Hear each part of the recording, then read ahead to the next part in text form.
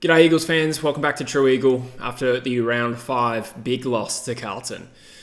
Not something that I didn't expect. I did expect it, but I will admit it is bleak being an Eagles fan right now, isn't it? I mean, at work now we have this nice cohort of Eagles fans, more than there were when I left at this particular workplace. And it's great. I love chatting Eagles with the boys, and every Monday we sort of roll back into work and we have a quick yarn about how the weekend went. And I don't think in the time that I've been back, all 5 games, less has been said about an Eagles performance on a Monday at my particular workplace, because there is just not much to say. It was pretty much how bad was the weekend? Yeah, it was. Anyway, how's your fantasy team? Which is just, an indication of how bleak it is right now. Supporting this club, which I love very dearly, but I must say that I'm one of many perhaps who have had to just change their perspective of watching Eagles games now, where I still get excited for my weekly routine of watching Eagles games, sitting down on this couch here at my dad's place and tuning in and just hoping to see signs. That's okay, I'm still patient, but man, it just feels like improvement is going to be so far off at the moment. So against GWS, I got picked up last week by a couple of people sort of not liking the fact that I plucked positives out of an 80-point loss.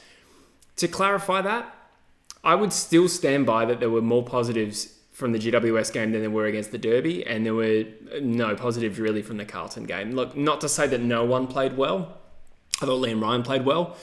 Had a couple of inspirational moments. Even Oscar Allen had an inspirational tackle, and I don't know if he touched the ball after that.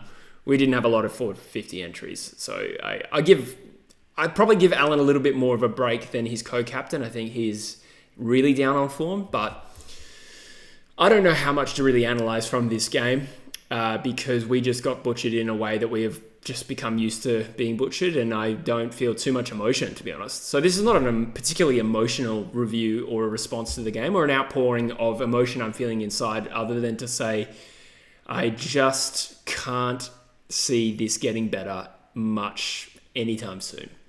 That is the bed that we have made and we now have to lie in.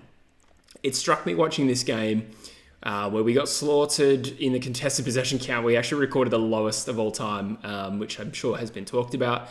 It was a pretty open game, but it doesn't matter. We know where we're at with contested ball, and if you watch this channel a lot, I talk about it pretty much every week. And I think we were minus 50 in that stat.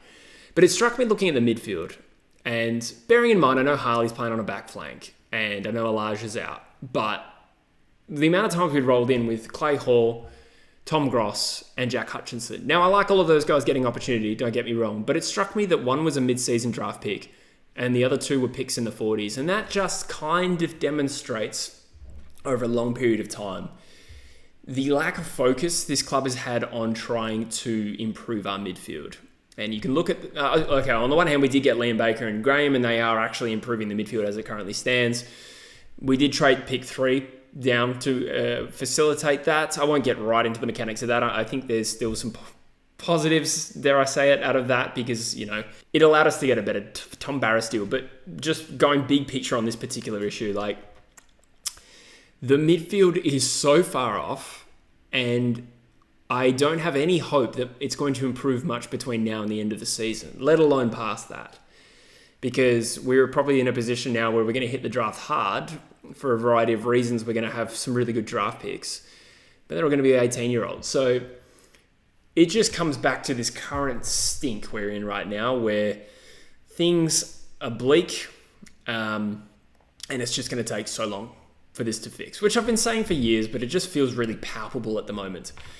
I don't know. I actually don't know if any time over the last few years there's been as much negative West Coast stink in the media as there has been over the last couple of weeks. The amount of attention Harley Reid gets, the Oscar Allen thing blowing up, Tim Kelly getting dropped. I saw a really good comment on my video last week where I'm going to paraphrase. There's a certain fatigue we're getting now of just seeing our club talked about in the media. I'm certainly feeling that fatigue. I don't want to consume much Eagles content at the moment because it is just so negative. Some of it's fair, and some of it's a bit ridiculous, in my opinion. To clarify that, I think sometimes in the media, they're focusing on the wrong things. I actually like when, they pull up footage of a senior player not running after a player, because it's like, okay, that actually helps me understand. That actually is concerned with game day. The Oscar Allen thing, I'm well and truly over. I don't really want to keep hearing about that for now. So yeah, this feels like another low point. I don't know if it's the lowest point, but it feels very low. And it is hard to imagine us winning a game at this point. I'm sure we will. I'm certainly not offering that as a prediction. I will win a game. I can't believe I even have to say that. But it is genuinely hard to imagine. Like I know, I've read people suggesting that this Essendon game is our first winnable game this year, and to some extent we have had a tough fixture.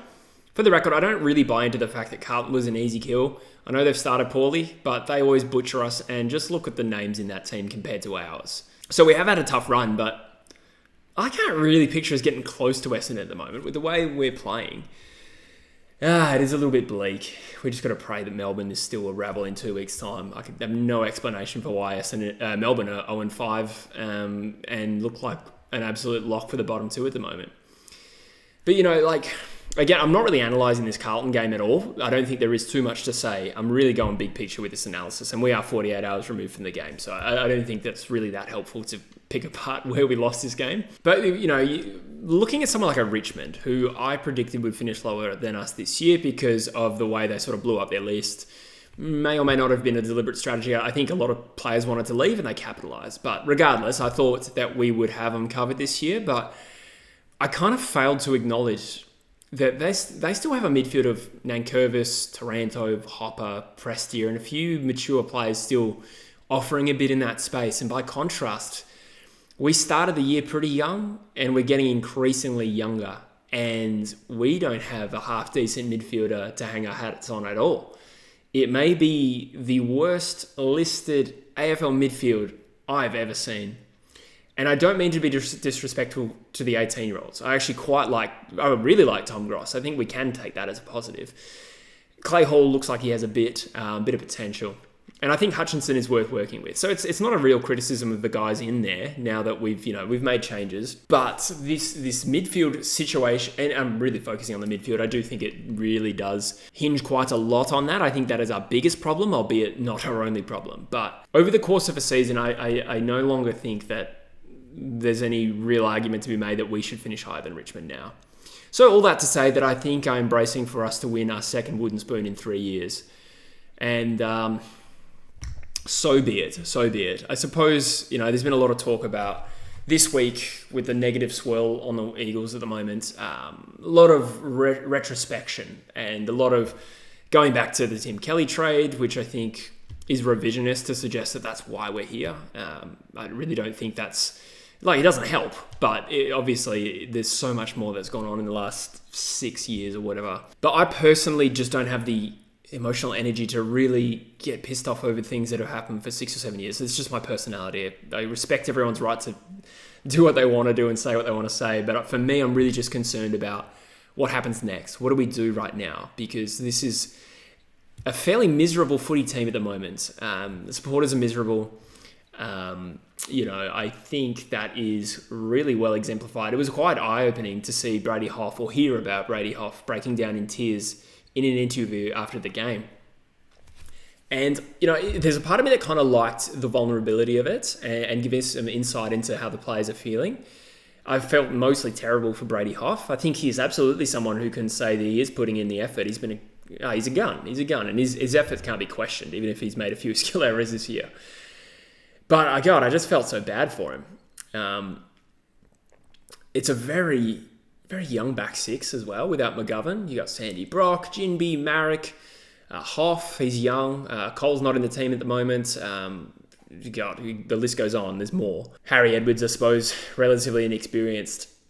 And just as a side note, how many times this year have we seen West Coast defenders not focusing when another team is lining up for goal and conceding an easy pass or an easy goal? That is really frustrating. At least, particularly that one with Cripps on the weekend. At least, you could say all of those guys were young. But I think that isn't forgivable once you've played at least 5 games. I reckon some of the mistakes we're making. Anyway, getting back to the mood of the club, it was quite sad to hear that, or read about that with Brady Hough. And I really hope that is not a real reflection of how the Eagles are feeling right now internally. Well, I presume it is. It is. And that is disheartening and makes me feel sad for them. And we need to start there. I think McQualter needs to start there in terms of trying to make progress this season.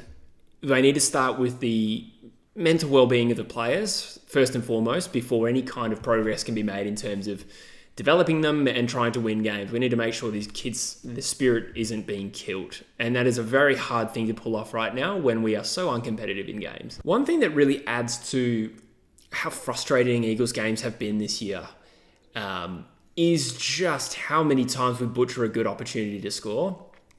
So don't get me wrong, in this Carlton game, I know Carlton kicked 7 goals, 19, I think. So absolutely they could have won by more, but we also kicked 6 goals, 14. And I do just wonder, if we just didn't butcher some of those opportunities, whether we'd feel a little bit better about that game. I don't know. Anyway, you look at the stats profile, we got absolutely slaughtered. So maybe not. But I think that certainly adds to the frustration. The amount of times this team goes inside 50, butchers it, and then concedes a goal directly from that passage of play, it's quite alarming how many times that's happened. Interestingly, I know that McQualter did highlight this. I think in the start of the season, he said, we're going to be an aggressive team and we are going to probably concede a few goals out the back, which I thought was a strange or an intriguing point to make and very specific. So we're obviously, pushing up high. Well, we've certainly conceded goals like that this year, like a couple a quarter.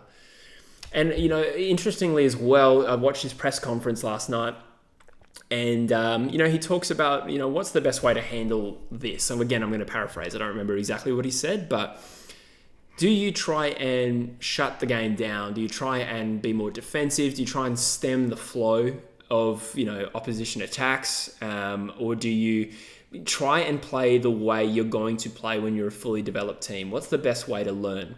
And, he sort of alluded to the fact that that's going to be a work in progress, but he suggested that, we're going to keep playing this way and keep trying to play with flair. I mean, it doesn't look like we play with flair at the moment, but we'll continue to be attacking in that way, with the logic that it will make us better for when we're ready to actually be a good team, if that makes sense. So we can probably expect more of that, but the confidence of this team is so low, naturally. I really felt during the Brisbane game, the one game this year where we actually played pretty well, as the game wore on, I felt like our confidence really lifted. It felt like, we had Brisbane rattled a little bit in that game. And as a result, we started taking on riskier kicks and actually hitting them. And I do think a lot of that was confidence. Now, I'm not really too sure what the solution is there. It's pretty hard to manufacture confidence. You kind of got to play well first and then get confidence. So this isn't really anything constructive, but it's definitely something we're seeing here. We are not good and our confidence is low and we are playing in an attacking fashion and getting exposed badly. I think one thing I'd love to see, particularly with the next game against Essendon at home on Good Friday, I will be there, is I would love us to really get around the boys. So I don't really know how you do that. Just cheer loudly when we do good things. I'm sure we're going to do that anyway, but it would be nice for us to, in my opinion, for the players that are out there, particularly the young guys who are probably not having a lot of fun at the moment. I think one thing that could be helpful that we could do as supporters is just really get around them when they do good stuff against Essendon. Because Brady Hough breaking down in an interview just speaks to the pressure that they are feeling right now as the youngest team in the competition and anything we can do to give them a bit of a boost, because I guess my fear is that this club being the sort of club that nobody wants to play for, and we're kind of on that track at the moment. We need a circuit breaker. I don't know. I mean, I know we have McGovern to come back. I do think he would help with defensive organisation, and I know that Yo is good enough to improve us even on one leg. That's for sure. But gee, we need something to break this up. It's only been 5 games, and I feel like we've gone through 3 to 4 sets of turmoil this year already, and it's a little bit exhausting. And it's very tempting to emotionally check out. And there's a lot of talk about list management and stuff like that. Don't get me wrong, I'm thinking about that stuff too. It's hard not to when you feel like you're going to win the wooden spoon in early April. There's also going to be renewed talks about a priority pick, which, maybe that's its own video. I do think it's a realistic possibility for us this year. We'll at least try for it. Obviously, I don't know how the rest of the season's going to go, but we probably have a fairly good idea how it's going to go. One thing that I will point out about priority pick conversations is that there seems to be two sets of arguments happening at the same time constantly. You're either a believer that priority picks should not exist at all, or you do believe there are some circumstances where it is applicable. I think there are positive arguments for having priority picks as part of this competition. I mean, it's been a thing since, I don't know, the draft came in pretty much. At least like 20 to 30 years, priority picks have existed. And they're much, much harder to get these days for good reason because of the tanking stuff. I probably wouldn't agree with those that say that priority picks shouldn't exist at all. We watch a sport where a team can win a premiership and also have one of the best kids in the draft just walk into his club via the father-son rule. With academies, with father-son, and like free agency compensation picks, in it when your team wins the spoon like we did in 2023, to have pick 1 and then re-enter the draft at pick 30, it has never been harder to rebuild through the draft than it is at this current point in time, particularly in 2025. So that would be an argument for why priority picks should exist in general. It is completely arbitrary. There are no clear criteria for it, but I think you'd have to say, I know West Coast won a premiership and somehow that's relevant. I'm not a believer in that. Considering that was 7 years ago now and has absolutely no bearing on whether or not we're going to continue to be a basket case. And that is what a priority pick is actually in existence for. But when you're going to be bottom 2 to 3 for over a 4-year period, win like, I don't know, how many games have we won in the last 3 years? 10? Yeah, 10 wins in 3.5 years, and maybe we won 2 in the second half of 2021. So in 4 years, we've won like 12 or 13 games. We could have our second wooden spoon this year. So as far as an argument goes for, does anyone deserve a priority pick? West Coast is entering that conversation now, I would have thought. Arguments that West Coast did this to themselves are a non-starter because every team who has become as bad as West Coast have, and there haven't been too many, but any team that falls into a hole as bad as West Coast is in now has done it to themselves. There's no real circumstance where it isn't self-inflicted. But anyway, that was actually more priority pick talk than I intended to talk about. We're going to have a lot on this off-season, and I think it might be more bad stories than good. Anything else to say about this particular Carlton game? Not really. I think that is where we're at right now. I do bear in mind we're young. We are young, and the list of senior players we can roast at the moment is getting smaller, and this is a product of many years of falling short with recruitment in particular, particularly around the midfield. Overall recruiting is probably not that bad considering, we have picked some good late players like later in drafts. We are just so deficient in the midfield, and we can only blame ourselves for that. But with a team that is quite comfortably the youngest in the competition right now and not a single A-grade midfielder in our team at the moment, we're just going to have to grit our teeth and bear it for the time being. But let me know, Eagles fans. I don't know how good a review this was. Barely talked about the game, just the big picture on West Coast at the moment. And understanding this is a moment in time, and hopefully in 4 weeks, we'll have come off a 4-week period where we've played some improved footy and we are not in the media every single week right now for being a joke. It's not testing my loyalty. I will be here regardless. It is disheartening. It is bleak at the moment. But for me, it's just, thinking about what small steps can we take in the process, because this is going to take a long time. And I'll be here for the ride. I'm still motivated by this idea that one day we'll be a good team again. And I would hate to look back on this time and say that I emotionally checked out and didn't follow us over this time. This is me personally. I want to say that I was there for the entire thing, and I will be there tuning in every week. Let me know your thoughts. I don't think this was a particularly good video, but hopefully it made sense. Up the Eagles.